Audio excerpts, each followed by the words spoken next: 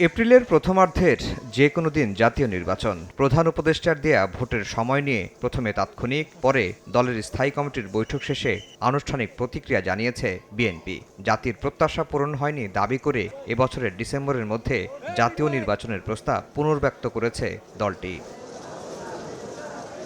কেন ডিসেম্বরে নির্বাচন হওয়া উচিত এর ব্যাখ্যা দেন বিএনপির মহাসচিব মির্জা ফখরুল ইসলাম আলমগীর। ঈদুল আজহা উপলক্ষে দলের প্রতিষ্ঠাতা ও সাবেক রাষ্ট্রপতি জিয়াউর রহমানের সমাধিতে শ্রদ্ধা নিবেদন শেষে মির্জা ফখরুল বলেন, রোজা, পাবলিক পরীক্ষা ও আবহাওয়ার কারণে নির্বাচনের সঠিক সময় নয় এপ্রিল। ভোটের এ সময় চিন্তা ভাবনা করে দেয়া হয়নি বলেও মনে করে বিএনপি। যে সময়টি নির্ধারণ করা হয়েছে সময়টি বাংলাদেশের নির্বাচনের জন্য সঠিক সময় নয়। এখানে আপনার যে প্রচণ্ড গরম, ঝড় বৃষ্টি হওয়ার আশঙ্কা থাকে ওই সময়, তারপরে রোজার পরেই হ্যাঁ পাবলিক পরীক্ষা আছে। সুতরাং এই সময়টা খুব চিন্তা করে দেওয়া হয়েছে বলে আমাদের কাছে মনে হয় না।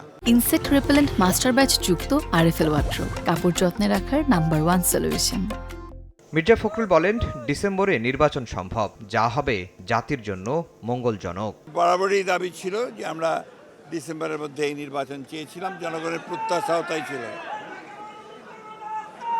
এই প্রত্যাশা জনগণের পূরণ হয়নি। মনে করি যে ডিসেম্বরেই নির্বাচন হওয়া সম্ভব এবং সেটাই জাতির জন্য সবচেয়ে উপযোগী হবে। এর আগে সাবেক রাষ্ট্রপতি জিয়াউর রহমানের আত্মার মাগফিরাত কামনা করে মোনাজাত করেন দলের স্থায়ী কমিটির সদস্য সহ অঙ্গ ও সহযোগী সংগঠনের নেতাকর্মীরা।